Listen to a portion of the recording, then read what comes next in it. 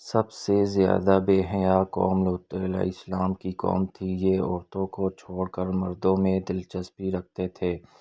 خاص کر مسافروں میں سے کوئی خوبصورت لڑکا ہوتا تو یہ لوگ اسے اپنا شکار بنا لیتے۔ تلمود میں لکھا ہے کہ اہل سدوم اپنی روزمرہ کی زندگی میں سخت ظالم، دھوکہ باز اور بد معاملہ تھے۔ کوئی مسافر ان کے علاقے سے بخیریت نہیں گزر سکتا تھا۔ کوئی غریب ان کی بستیوں سے روٹی کا ایک ٹکڑا نہ پا سکتا تھا۔ کئی مرتبہ ایسا ہوتا تھا کہ باہر کا آدمی ان کے علاقے میں پہنچ کر فاقوں سے مر جاتا تھا اور یہ لوگ اس کے کپڑے اتار کر اس کی لاش کو برہنہ دفن کر دیتے۔ اپنی وادی کو انہوں نے ایک باغ بنا رکھا تھا جس کا سلسلہ میلوں تک پھیلا ہوا تھا۔ اس باغ میں وہ انتہائی بے حیائی کے ساتھ اعلانیہ بدکاریاں کرتے تھے۔ حضرت لوط علیہ السلام نے انہیں توحید کی دعوت دی اور بدکاری کے اس گھناؤنے عمل سے توبہ کرنے کا حکم دیا۔ حضرت لوط نے کہا، تم یہ کیوں کرتے ہو؟ کیا تم عورتوں کو چھوڑ کر لذت حاصل کرنے کے لیے مرد کی طرف مائل ہوتے ہو؟ حقیقت یہ ہے کہ تم احمق لوگ ہو۔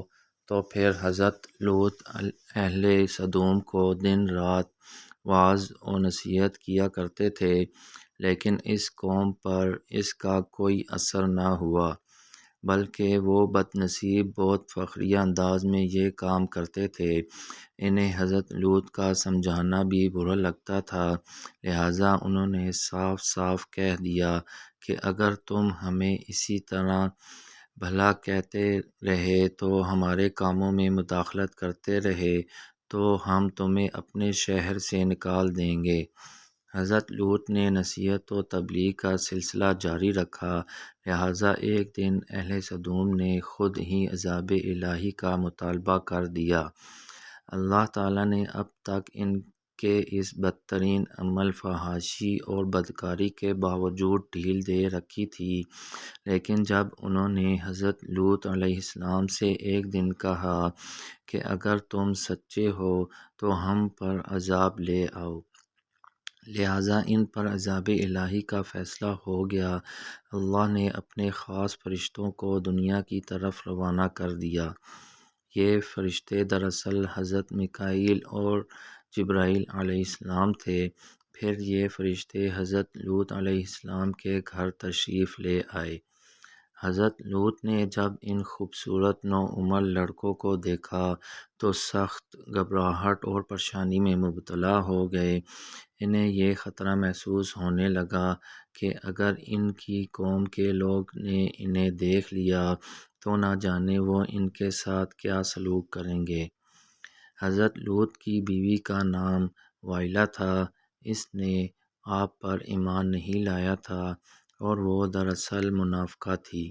وہ کافروں کے ساتھ تھی، لہٰذا اس نے جا کر اہل سدوم کو یہ خبر دے دی کہ لوط کے گھر دو نوجوان لڑکے مہمان ٹھہرے ہوئے ہیں۔ یہ سن کر بستی والے دوڑتے ہوئے حضرت لوط کے گھر پہنچے۔ حضرت لوط نے کہا کہ یہ جو میری قوم کی لڑکیاں ہیں یہ تمہارے لیے جائز اور پاک ہیں۔ اللہ سے ڈرو، مجھے میرے مہمانوں کے سامنے رسوا نہ کرو۔ کیا تم میں سے کوئی بھی شائستہ آدمی نہیں؟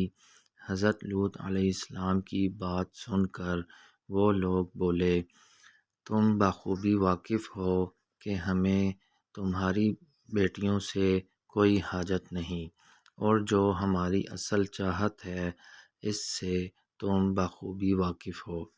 قوم لوط کے اس شرمسار جواب سے اندازہ لگایا جا سکتا ہے کہ وہ فعل بد میں کس حد تک مبتلا ہو چکے تھے۔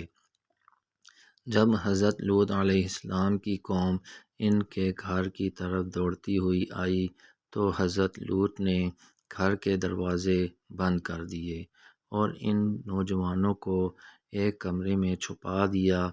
ان بدکار لوگوں نے آپ کے گھر کا گھیراؤ کیا ہوا تھا اور ان میں سے کچھ گھر کے دیوار پر بھی چڑھنے کی کوشش کر رہے تھے۔ حضرت لوط علیہ السلام اپنے مہمانوں کی عزت کے خیال سے بہت زیادہ گھبرائے ہوئے تھے۔ فرشتے یہ سب منظر دیکھ رہے تھے۔ جب انہوں نے حضرت لوط علیہ السلام کی بے بسی اور پریشانی کا یہ عالم دیکھا تو حقیقت سے پردہ اٹھاتے ہوئے یوں فرمایا: اے لوط، ہم تمہارے رب کے بھیجے ہوئے فرشتے ہیں، یہ لوگ ہرگز تم تک نہیں پہنچ سکیں گے۔ ابھی کچھ رات باقی ہے تو آپ اپنے گھر والوں کو لے کر چل دو، اور تم میں سے کوئی شخص پیچھے مڑ کر نہ دیکھے۔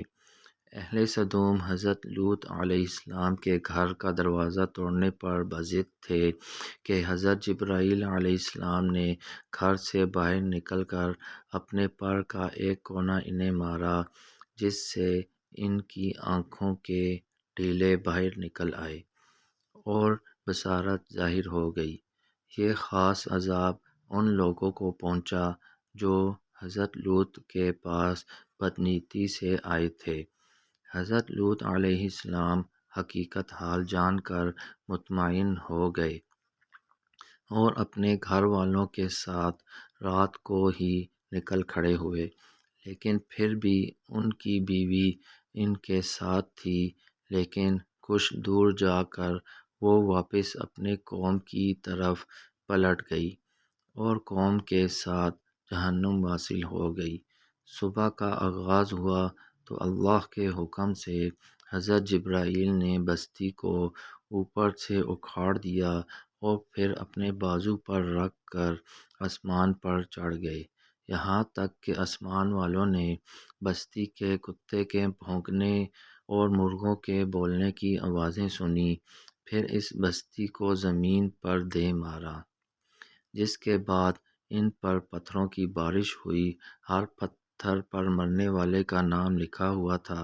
جب یہ پتھر ان کو لگتے تو ان کے سر پاش پاش ہو جاتے۔ صبح سویرے شروع ہونے والا یہ عذاب اشراق تک پوری بستی کو نیست و نابود کر چکا تھا۔ قوم لوط کی ان خوبصورت بستیوں کو اللہ نے ایک انتہائی بدبودار اور سیاہ جیل میں تبدیل کر دیا، جس کے پانی سے رہتی دنیا تک کوئی فائدہ نہیں اٹھایا جا سکتا۔ سمندر کے اس حصے میں کوئی جاندار مچھلی، مینڈک وغیرہ زندہ نہیں رہ سکتے، اس لیے اسے ڈیڈ سی یعنی بحر مردار کہا جاتا ہے، جو اسرائیل اور اردن کے درمیان واقع ہے۔ ماہرین آثار نے 10 سالوں کی تحقیق و جستجو کے بعد اس تباہ شدہ شہر کو دریافت کیا تھا۔ تحقیقات سے پتہ چلا تھا کہ اس شہر میں زندگی بالکل ختم ہو چکی ہے۔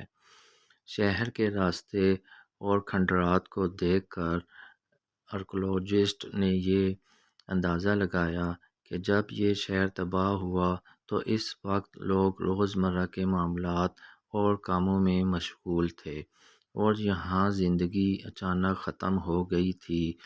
اہل سدوم جنہیں پتھر بنا دیا گیا تھا، ان کے بت ابھی تک بحیرہ مردار کے پاس موجود ہیں، جو لوگوں کے لیے ایک عبرت ہے۔